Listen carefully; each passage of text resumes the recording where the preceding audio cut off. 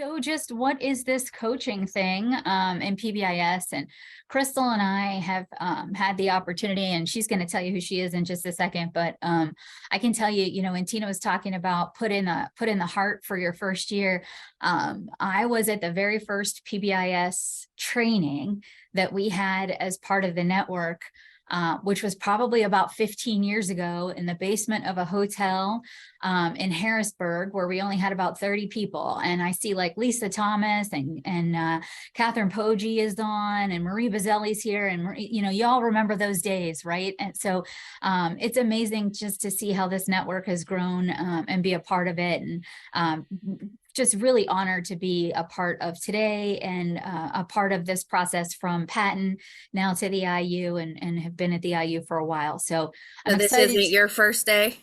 This is not my first day. This is not my first day, but I'm worried about telling people how long I've been a part of it, because you'll know how old I Because am. we know you're old, it's fine. 100%. That's fine. So Crystal, why don't you say hi, since you've already, found your way in anyway. I'm Crystal Voltesberger. I work for Allegheny Intermediate Unit 3. I am an external PBIS facilitator, and I'm so excited to be with you guys today and to share some of this content and some things that Carrie and I have been doing at our IU.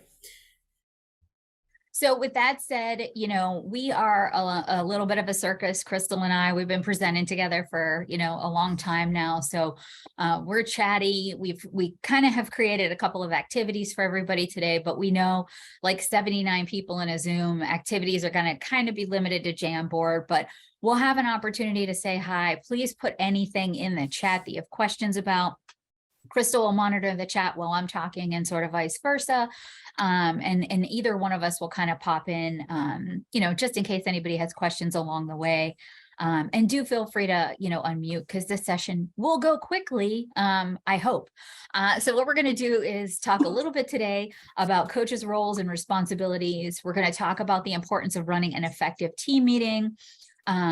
Really hit home about the importance of networking, talking a little bit about what that looks like and what that sounds like. And we really wanted to talk about how important it was to write an agenda. So you see, it says write an agenda here, write an agenda here. And whereas you think that really kind of looks like we forgot to take something off the slide, what it really is an opportunity for us to make sure that every day, when we go through this process of PBIS, it's so important to make sure that we are keeping in mind the trajectory of where we're going. And as a coach, I think it's one of the most important things that we do as PBS coaches, both internally and externally, that we always let people know where we're going. Because if they don't know where we're going, they're going to get frustrated, or if they forget our why. So I hate to say this, but at like 9:20 a.m., if you take nothing else away from the time that we're together, make sure that we're always kind of pointing towards sort of the why.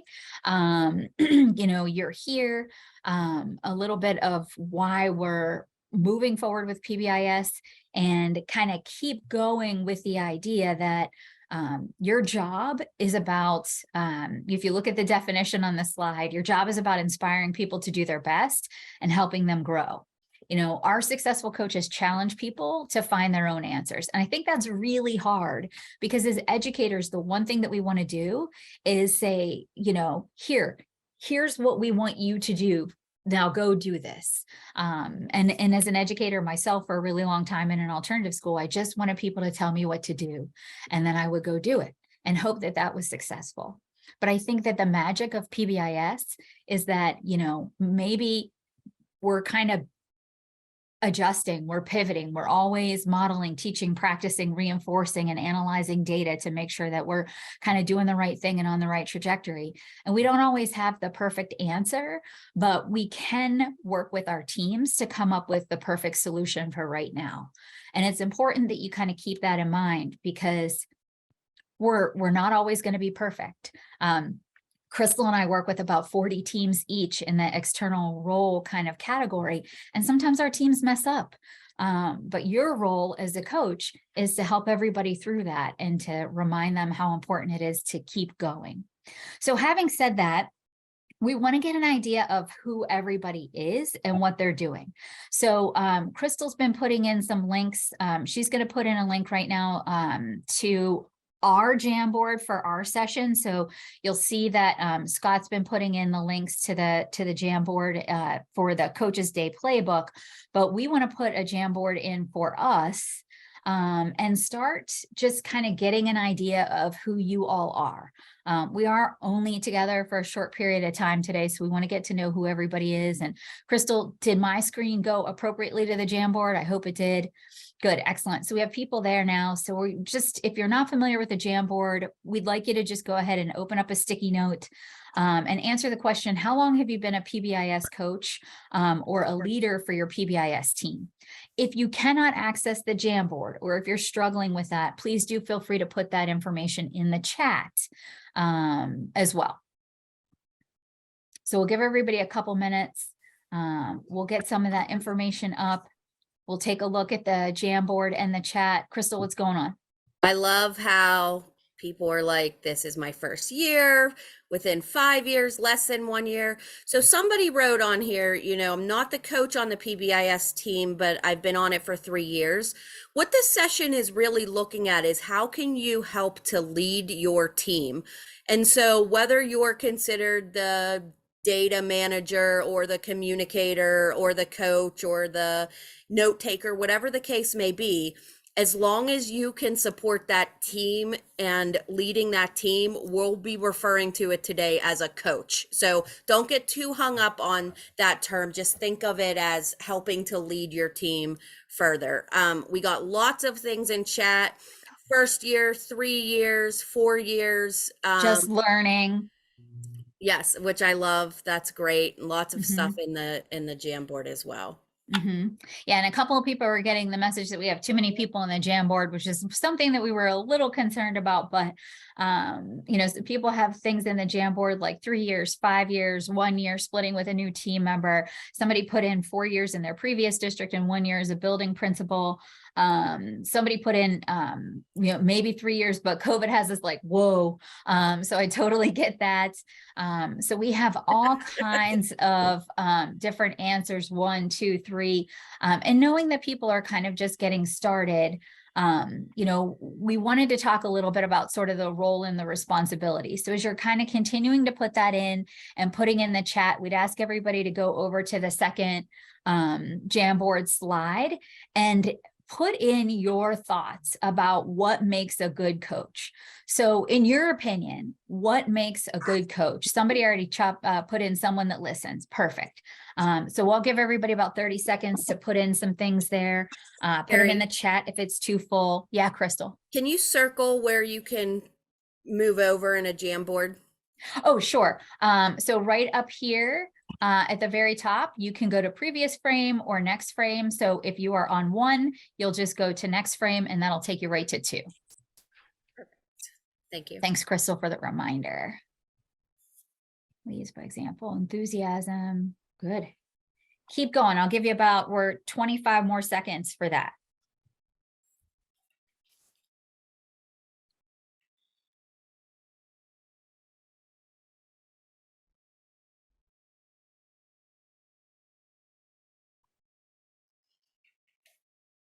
All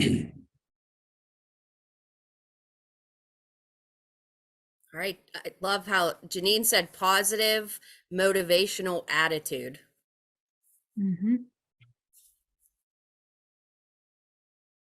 Yeah, and I'm seeing a lot of like positive communication, strong communicators, somebody that's listening, level head, objectivity. You know, they're great. There's great information in both the chat and the Jamboard. And I think one of the things that Crystal and I often talk about is that like the coach is a positive nag, right? So you are positive folks. You have great things to say. You're open to new ideas. But at the end of the day, Len just put in keeps the group moving while still having fun and doing the best for the school. And I think that that's like, at the end of the day, one of the most important pieces of this coaching work is it keeps the group moving. So you are all, depending on what your role is, internal coach, external coach, whatever your particular role might be, you're the ones that are the champions of PBIS. So when people start, I always say that there's like an RTI triangle for our staff sometimes, right? And that there are about 3 to 5% of your people that are going to actively just like undermine and be those loud voices of negativity. You all as the coach are going to be the person who are louder than those voices and keep championing the process and keep talking about how the data suggests that we're moving in the right direction. Behavior change takes time. All of those things are the things that you're going to keep encouraging folks to keep in mind as they go through this process. So having said that, Crystal's going to talk a little bit about internal, external coach roles and responsibilities. And then I will end our session with a little bit of networking. So Crystal, on to you. All right. So you may have heard some of these slides or looked at some of these slides as you went through training, but we just want to bring in some reminders here about coaching at the internal level and the external level. So an internal coach is someone who works at the school and trained with the team. They help to establish and run the building team meetings, and they're, like Carrie said, they're a positive nag for the team. So many of you on here that wrote on the first Jamboard, I've been a coach for my team for a year or 2 years, 3 years, 5 years. Many of you would be considered the internal coach. An external coach is someone like Carrie and I, and some of you may also be on this call. They work with at the district level or with outside teams. So Carrie and I each have about 40 plus teams that we work with in the county that we service in our IU. So we support multiple teams, and we try to guide initiatives district wide. So we might work with many elementary schools, middle school, high school within a district and help them to streamline and set up the systems for their process. So again, as we talk through most of today, we're really looking at this internal coach. What is your role and responsibility?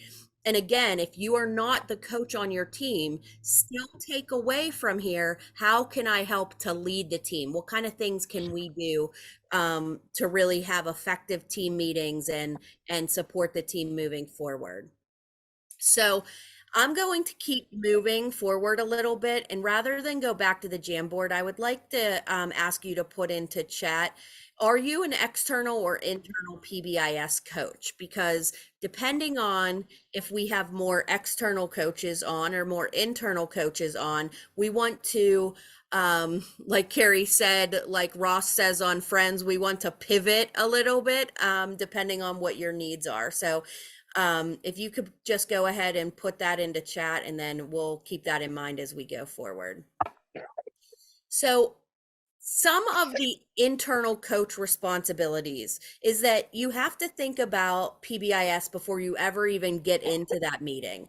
You may be the one that's creating the agenda for the team meeting and providing that agenda to the team prior to meeting.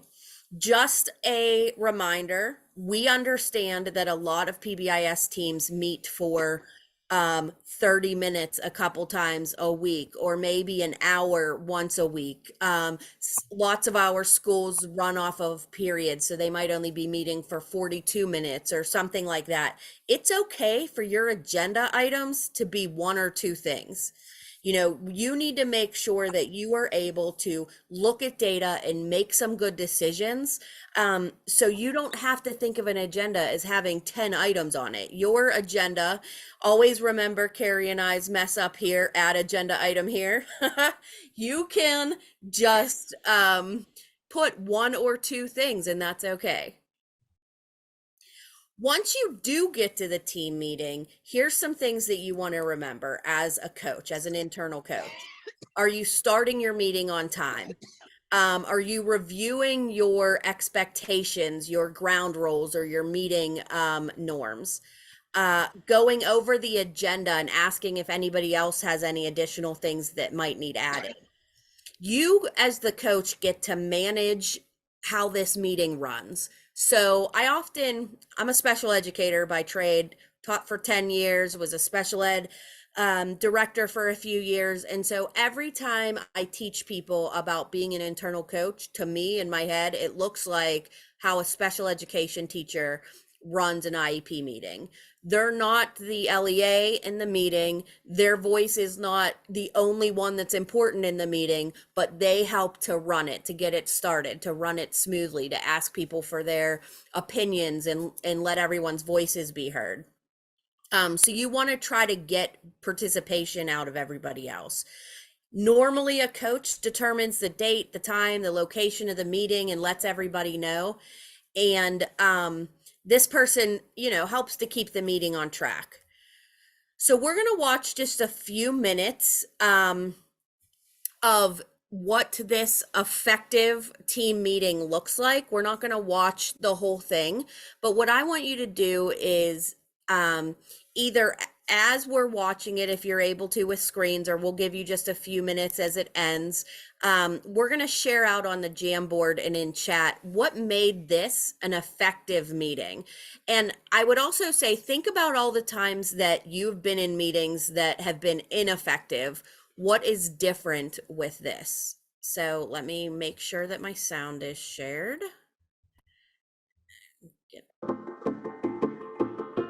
Fast forward just a little bit here. Problems and do a review of our admin tasks, and then self-assess our meeting. Are there other things that folks want to add to the agenda today? No. Looks okay? Okay, good. And from our previous meeting minutes, we were going to check on the 6th and 7th grade classroom problems. So how are we doing?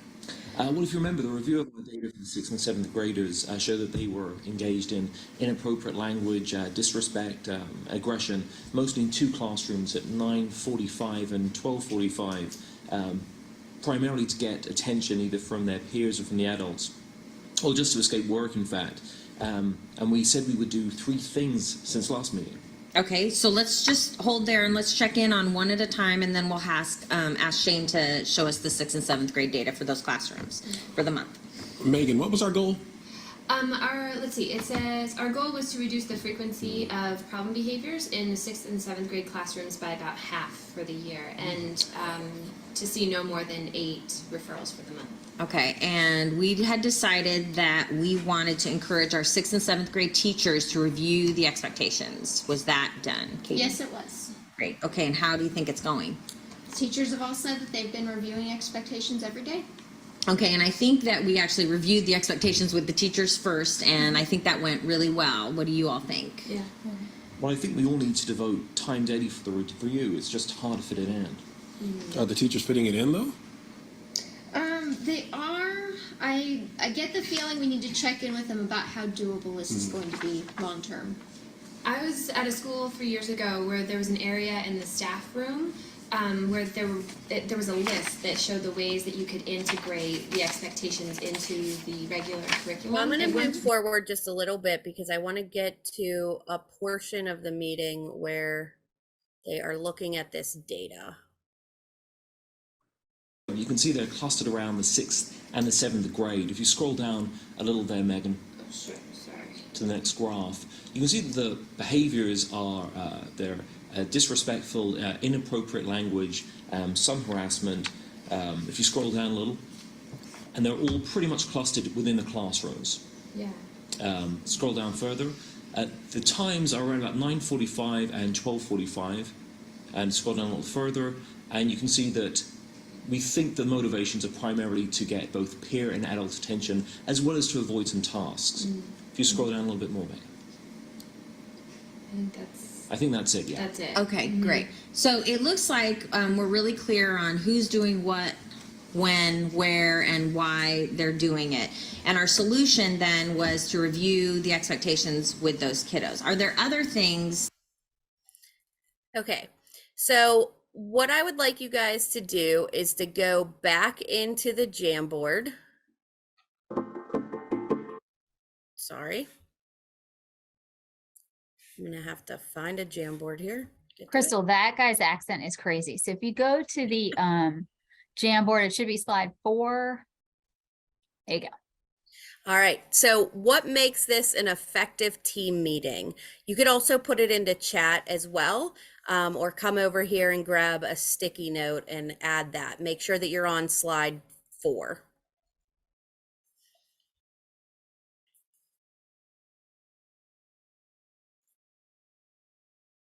Okay, good. Organized. They reviewed the agenda. They summarize things. They look at data. Everyone's prepared. Everyone has a job and they're on task. They're goal oriented. Good. They're prepared. Good. Everyone has a voice.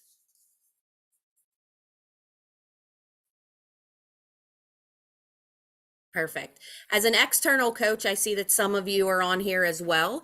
Carrie and I do this activity with a lot of our teams, and we also show them ineffective meetings, which are actually funny.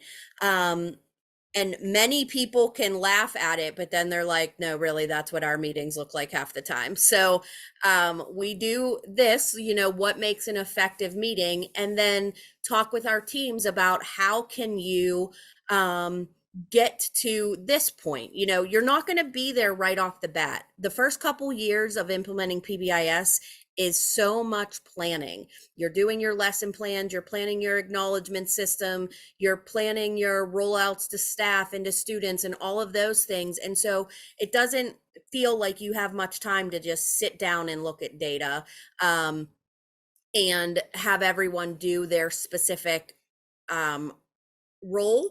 But eventually, as an internal coach, you want to see your meeting get to this point. And I'm assuming that you all probably could see who the coach was at the meeting. One thing that she did, she was the lady, I believe she was wearing a scarf, but she said, that's a good point, but let's wait until we get there. Or what did you think about this? Or let's stay focused on this topic, or it's time to look at that data. And, she kept the meeting flowing appropriately. So you get past this video. In between meetings, as the internal coach, you want to stay in contact with your outside facilitator or your external coach. So all of you external coaches on here, remember to reach out to your internal coaches as often as possible, or as often as is necessary. Carrie and I and the other members of our team, Carrie's going to talk a little bit more about this, so I'm not going to get into it too much, but we meet with our team coaches, our internal coaches, monthly, and then we send out follow-up emails to keep them updated with the most updated resources and information coming from patent and trainings and all of those kind of things. So both of you, whether you're an internal coach or an external coach, keep in touch with each other so that you can help each other to do things like organize professional development for your staff and continue to implement with fidelity. Reminders, because I know that you all have learned this, but pretty important. If you're going to have good, effective team meetings as a coach, you need to have your monthly meetings scheduled for the year. Try to get that scheduled out for the year and sent out to your facilitators. I know that as far as Carrie and I are concerned, we can't make it to your meeting when you say things like, hey, we have a meeting tomorrow at 8:30. We can only make meetings when you give it to us for the year, and we could say, okay, we can come in November and January and March and, kind of plan ahead of time. Use an electronic meeting minute system if you can. This is a nice way to be able to share with your team and for team members to come in and see if they missed anything or add things to it or check the action plan. And please make sure that as a coach for your team that you are constantly using data, your behavioral data on attendance, data on your acknowledgement system, all of those different pieces. All right, any questions so far?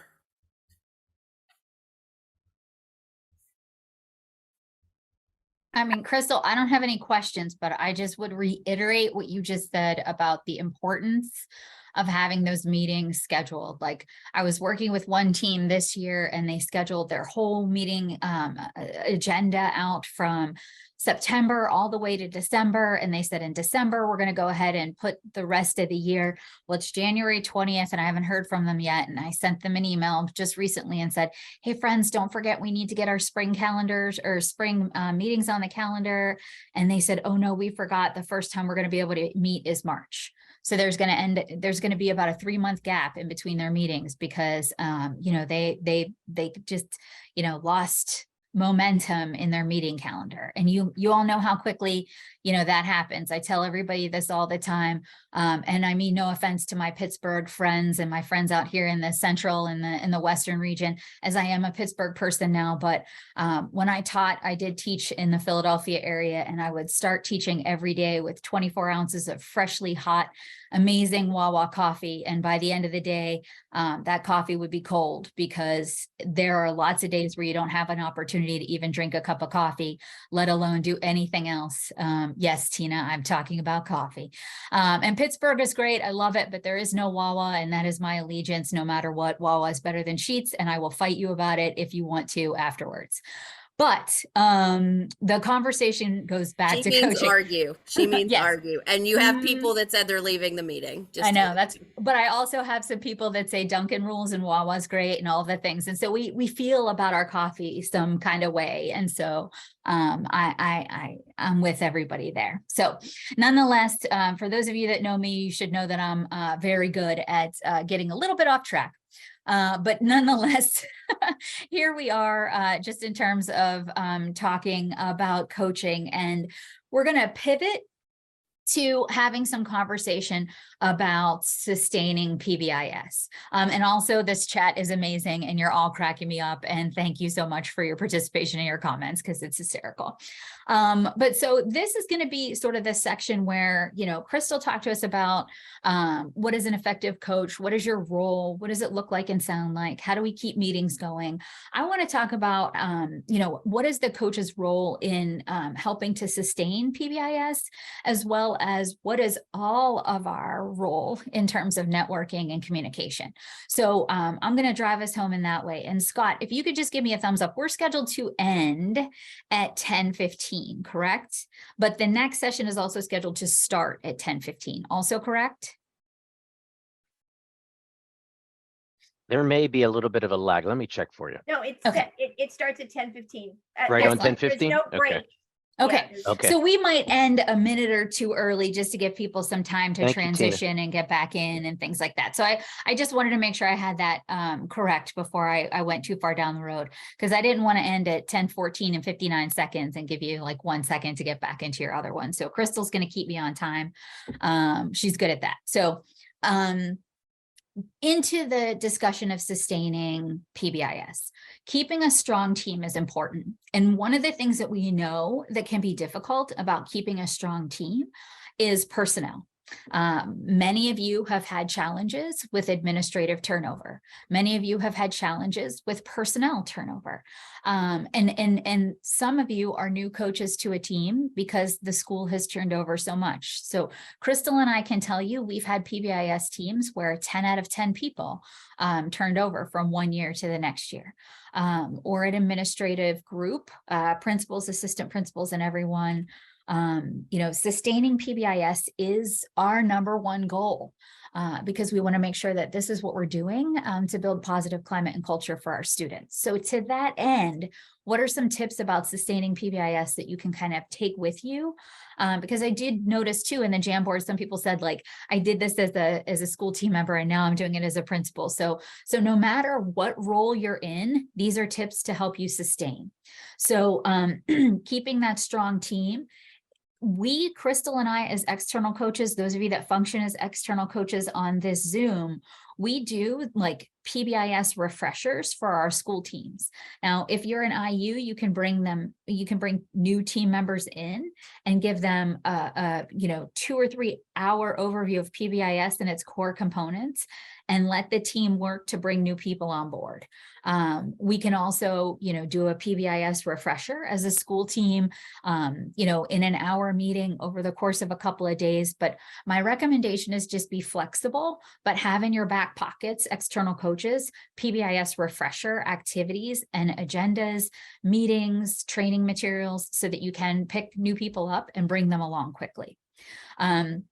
Obviously, we're going to use our fidelity data to action plan. Tina popped in and I think she popped back out because she's probably visiting all the sessions, but we talk about fidelity so much, but we want to make sure that we're going to tie that data to our action plan. And we're always reviewing discipline data and implementing PBIS in the classroom. So we're going to watch this video really quickly. It's about 4 minutes. Crystal and I talk about watching videos all the time, and we feel certain kind of ways about it. But this one, I really enjoy, and I think it's important. So we're going to show this 4 tips for sustaining PBIS, and then we'll have some discussion about it. And please give me a thumbs up and let me know that you can hear it. I do think that I shared sound, but one never knows.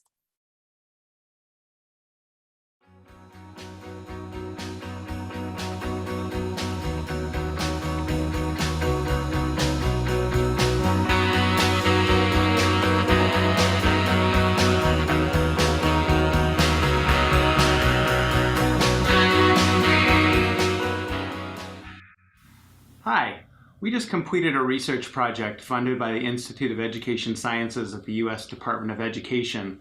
We were looking at what educators at the school, district, and state can do to sustain evidence-based practices like PBIS. We were lucky to get information from individuals in 860 schools and follow them for 5 years to see what really made a difference in terms of sustaining or abandoning PBIS. So I want to share with you really quickly 4 tips that our research identified as most important to sustaining PBIS, and then 4 checks to see if you're on the right track. Number 1, keep a strong team. One superhero educator might be able to get PBIS in place for a school, but one superhero cannot sustain it. You got to implement as a team, share the load, and keep things alive, especially when people move on from the positions they're in right now. So here's a check to see if you've got this in place. Think about your school right now. Is there one person that if they left, maybe even you, the systems might disappear? If so, you got to make a plan right now to get that person to share their knowledge and share their tasks across the whole team, as opposed to just relying on one person. Also, keep bringing new people onto the team, especially people who are new to your building. New people bring fresh ideas. Number 2, use your fidelity of implementation data to improve your systems. Measure fidelity at least once a year, and preferably a few times throughout the year, so you can keep checking on that progress. Remember, the goal isn't to get 100% on these measures. The goal is to find out what can be improved, so you can make sure that you're implementing the critical features that are most likely to improve student outcomes. So here's another check for this one. You should always know what your next step in implementation is on your action plan. If all you know what your score was, you don't know what to do to keep improving. Number 3, use your school discipline data. There's a big difference between simply collecting your data and then actually using it actively for decision making. You can use your information to identify patterns of negative interactions in your school and change the environment to help students be successful in that specific area where you're having difficulties. So here's another check. When was the last time you shared your school discipline data with all staff in your school, like at a staff meeting? Our research found that schools that shared discipline data with all staff at least monthly were more likely to sustain PBIS than others that didn't, even if the team was doing a really good job with using data for decision making. And then the last one, implement PBIS in the classroom. Our research showed that the strongest predictor of both sustained implementation and sustained improved student outcomes was implementation of classroom PBIS systems. So here's your final check.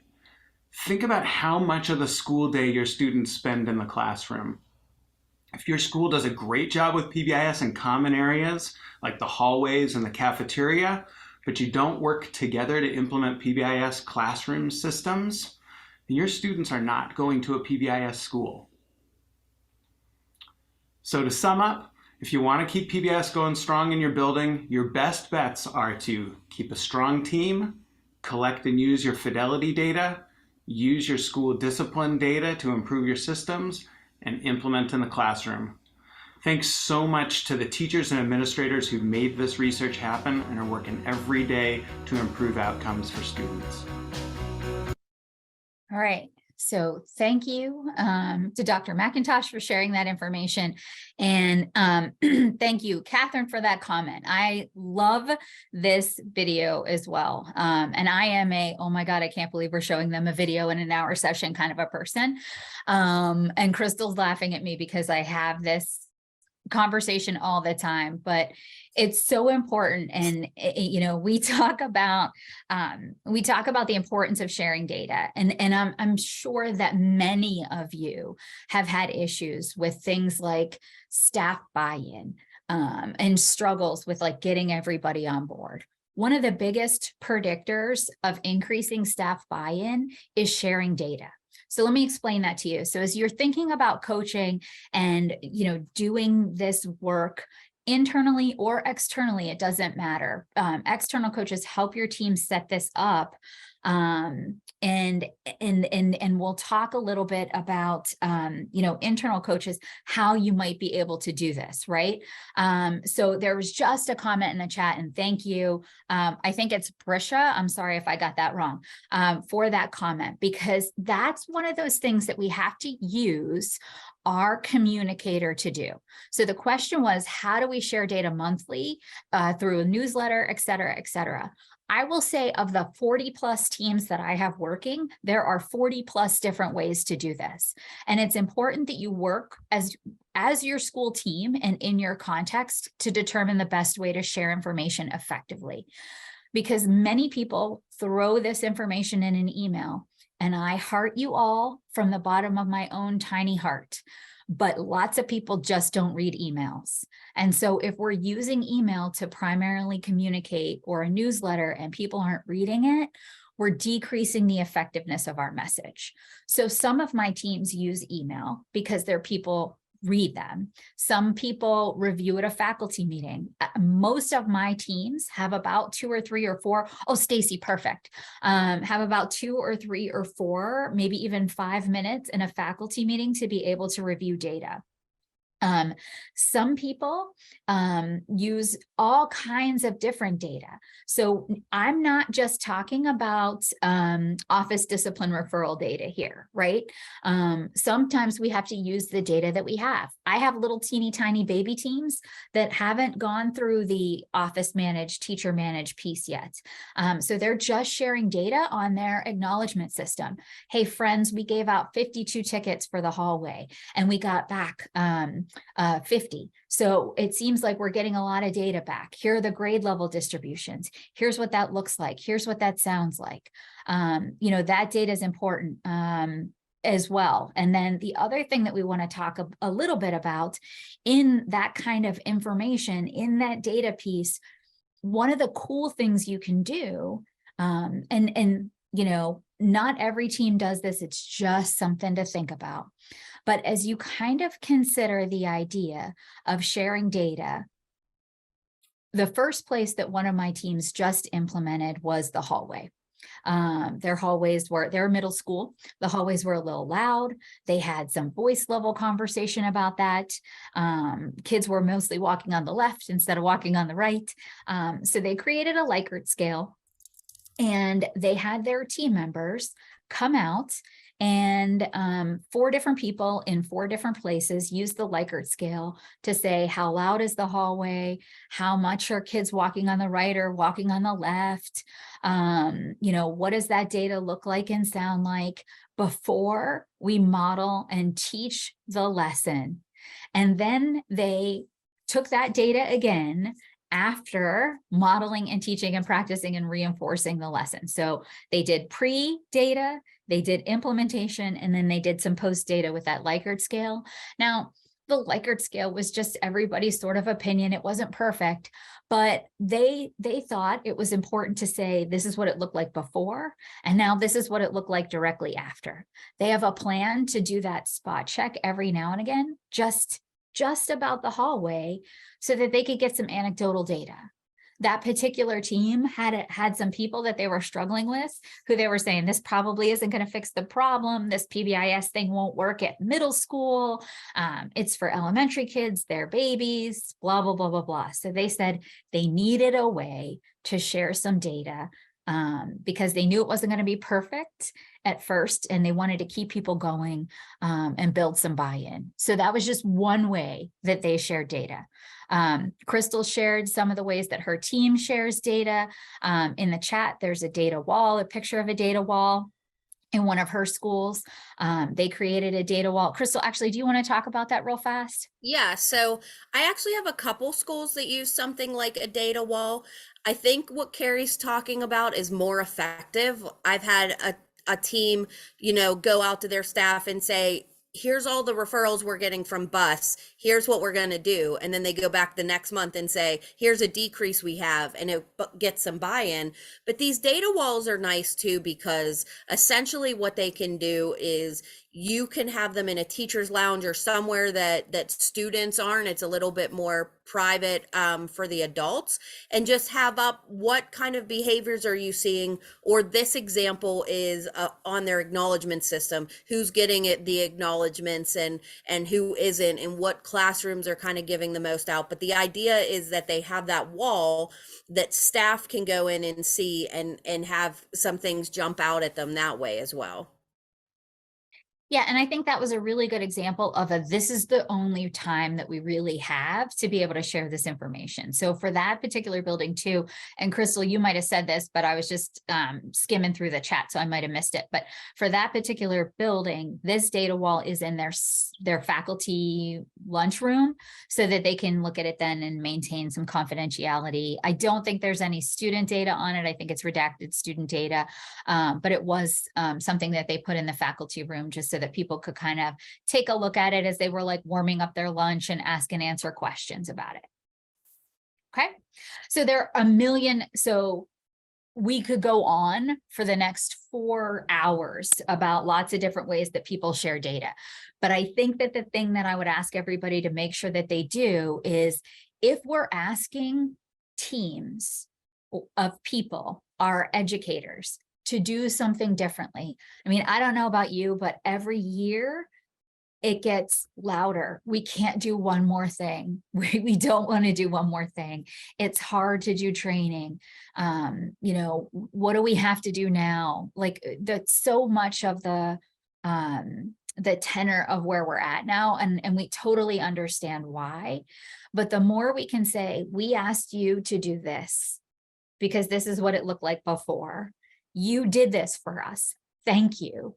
And this is what it resulted in, allows people to see the importance in the practices that you're asking them to implement in PBIS.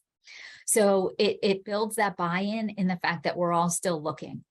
Crystal and I joke about this all the time, but like, there are a million things that our boss asks us to do that we don't think that she looks at all the time. If we don't think she's doing, or if we don't think she's looking, we're not going to continue to do the practice all the time, right? Because we get busy and stuff happens. So the more we can keep the message going and saying to folks, hey, listen, this is what we're doing right now. This is how we're going to use our data. We noticed since we came back from the break, kids have been, more, quote, disrespectful. So let's drill down in that data and take a look at it. Let's create, a goal surrounding a specific behavior. We see that there is an increase in hallway behavior, or to Crystal's point before, an increase in bus behavior. We've seen this in our data. Now we're going to drill down to the data and do our good external coaches tips training and figure out, we're going to play Clue, who, what, where, when, why, how, and with what. And we're going to create that goal together. We'll share the goal, and then we'll share what our practice did as a result of focusing in that area.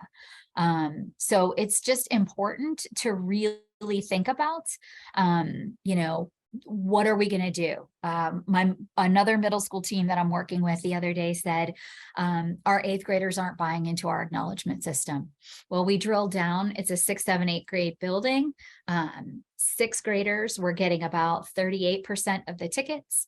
7th graders were getting about, and I'm going to mess up the math, but 7th graders were getting about I think like 46 or 47% of the tickets. And that tiny little slice of the pie that was left is what the 8th graders were getting. So the first question that we had to ask was, is the problem that we're not giving tickets to 8th graders? Or is the problem that 8th grade isn't bought in? Or is the problem this? So we had to drill down and ask that question. But my team was ready to give up on the acknowledgement system because 8th grade wasn't quote unquote buying in. So in any way, with any goal, we have to make sure that our goal is specific, that it includes a baseline. This is where we're at now. This is where we're going to be, and that we work towards that goal. Okay. So I know that we spent a lot of time talking about data, but that is such a strong indicator when it comes to sustaining and building buy-in that it was important for us to talk it through with everybody. So before I before I go on to this next piece about action plan, I'll just ask, does anybody have any questions about that? Are we good? Give me a thumbs up or react in some way. Let me know you're not all in your happy place. And then we'll keep moving on. Okay. So I see some people have given me a thumbs up. Some people are smiling. Good. I got some reactions in the chat.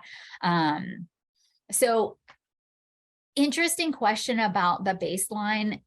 You're going to have to use the data that you have. So for our, for my example about the middle school and, you know, the 8th graders not getting tickets, our baseline was how many tickets are they getting right now?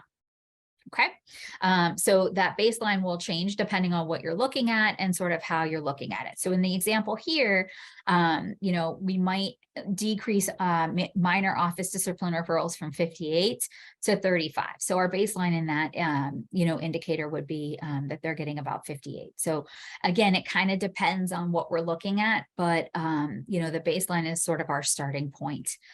Typically Carrie, when we're sharing data. Yeah, Crystal. someone asked a question about how do you get the data? Do you just want to give them an example of how some teams are?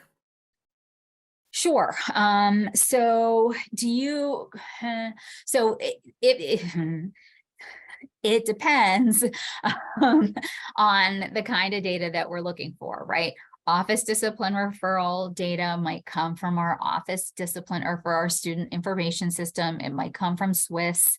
I would say of my 40 teams plus implementing PBIS, probably a handful, maybe 10 tops are using Swiss. So it's going to come from the student information system or the amount of paper referrals that people are using. Most of my teams, especially my secondary teams, middle school and high school, have student teams that are also functioning alongside staff teams.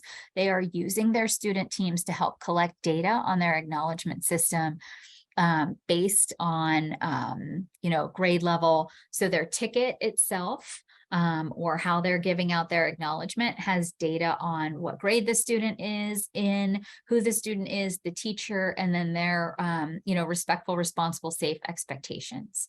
So they're collecting, the students are collecting data. Crystal has one team that uses a Google form.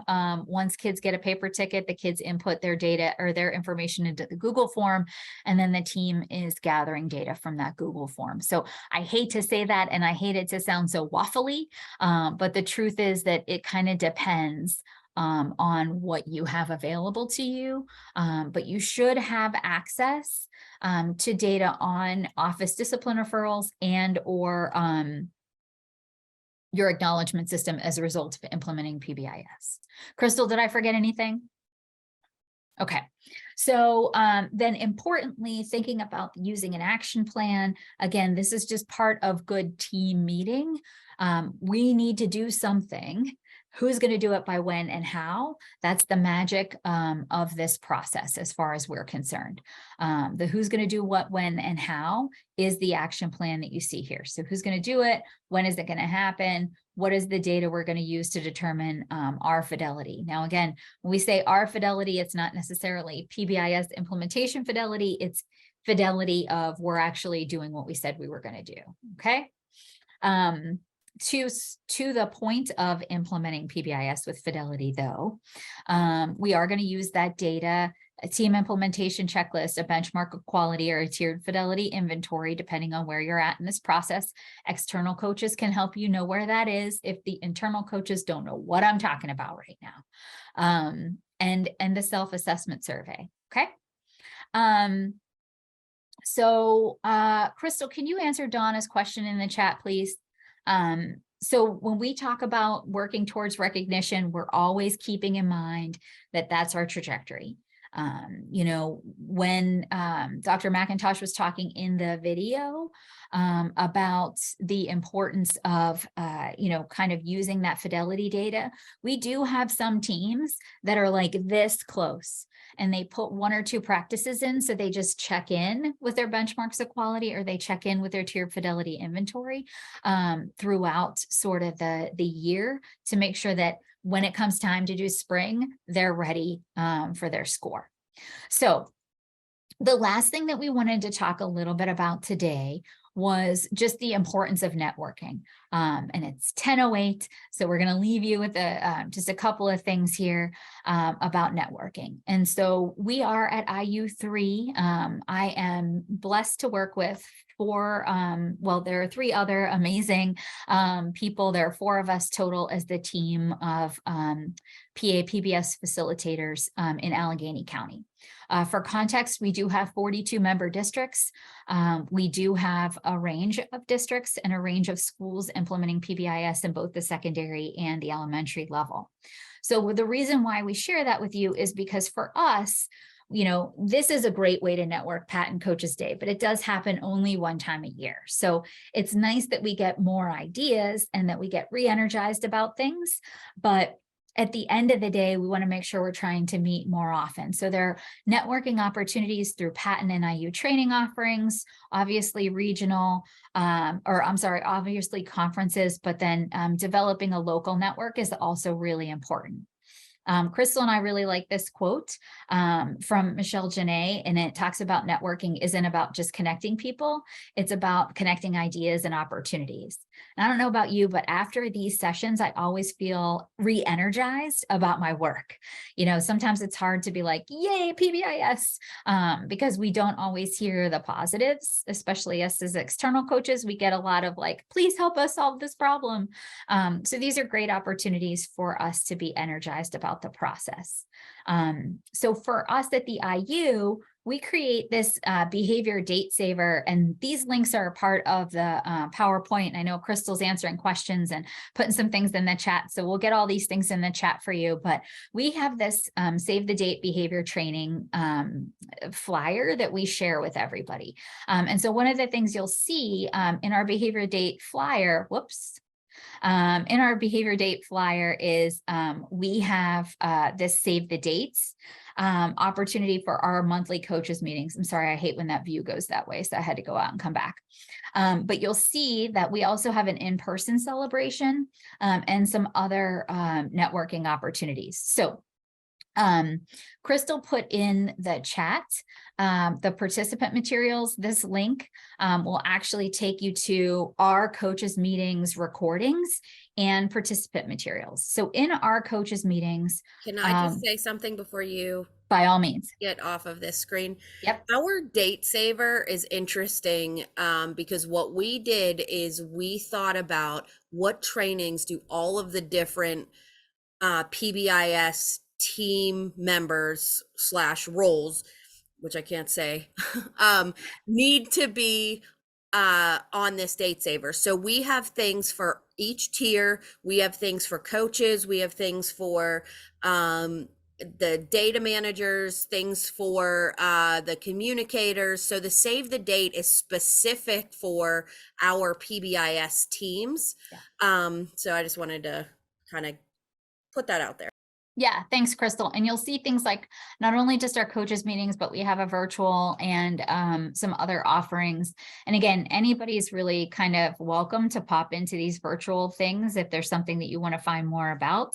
But we do database decision making. We talk about advanced tiers overviews, how to get started, implementing trauma and trauma-informed practices in the classroom. So for us, we just wanted to give you an idea of what a local network looked like and sounded like. So you can see here in the participant materials, there are recordings of each session. We do ask schools, depending on secondary. So our internal coaches that are on this meeting, there are a few people that have joined us today that have actually participated in our coaches meetings, but we ask them to share. So if our theme for the month is database decision making, we have people share out like how they then are implementing that particular practice. So it's a nice way to see how that looks and sounds. And again, there is a link to our participant materials. If you are ever so inclined to be like, you know what, we just want to hear what Crystal and Carrie and Shauna and Christina are doing, you can absolutely listen to those links. I know somebody listens to them while they walk, which is crazy to us. But if that's your path, by all means, go ahead, and do that. So the last thing that I think that we want to leave you with, and we're not going to do this Jamboard just because it is 10:12 and I want to give you a minute to be able to transition to your next session, is timely as possible. The PBIS folks at PBIS apps just put out a podcast. They call them the Teach by Design podcast, and many of you probably already received this information. But if you don't, they just put out a new one this week on coaching and supporting teams to sustain PBIS implementation before, during, and after any disruption. And so we have lots of disruptions, right? So this is a wonderful podcast to just listen to. I don't know about all of you, but I listen to podcasts on repeat as I drive around the county. So there is tons of information there. Crystal makes me put my Bitmoji on every PowerPoint presentation or Google slide deck that we do. So my Bitmoji is a little snarky, whereas hers is happy because I don't think it looks like me and I don't know how I feel about it. But there it is. It's 10:14. We greatly appreciate your time. Scott just put in the link to the playbook so you can get to your next session. I maybe gave you 30 seconds instead of a minute, but thank you all so much for your time and your attention today. We'll stick around for an extra minute if anybody has any questions. Bye, guys. Thank you so much.